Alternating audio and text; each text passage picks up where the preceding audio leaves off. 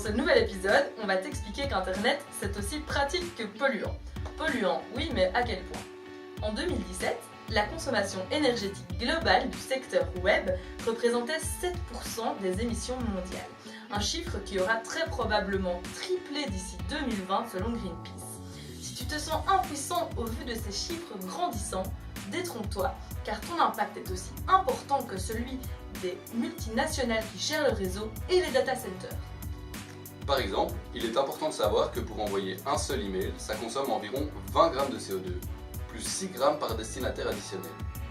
Ce qui revient à dire que pour une moyenne d'environ 15 mails par jour sur une année, on arrive à la même consommation énergétique que rouler 750 km en voiture, ce qui est quand même non négligeable. D'autres exemples intéressants sont que, par exemple, actuellement, la consommation énergétique liée à l'utilisation d'Internet est supérieure à celle liée au secteur de l'aviation civile. C'est quand même un truc de malade.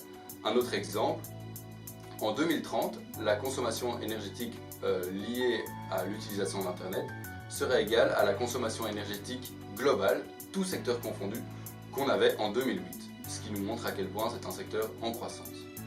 Enfin, il est important de savoir que stocker des données en ligne, que ce soit sur le cloud, sur le drive, pour vos photos, vos vidéos, ça consomme de l'énergie parce qu'il faut que cette info soit disponible partout et tout le temps, ce qui revient à dire que les data centers et le réseau doivent être alimentés sans cesse en énergie. À ton échelle, qu'est-ce que tu peux faire?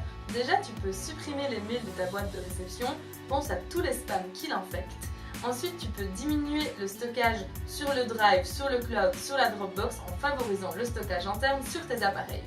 Troisièmement, tu peux diminuer le temps de visionnage connecté sur YouTube, en streaming, sur Netflix, le temps d'écoute sur Spotify. En bref, renseignez-vous, ayez envie et donnez-vous les moyens de faire bouger les choses parce que c'est possible. Maintenant, si vous voulez en savoir plus, c'est dans la barre d'infos que ça se passe. N'hésite pas à regarder nos autres podcasts là si nos sujets t'intéressent. T'as toutes les cartes en main pour agir, on compte sur toi. À la prochaine!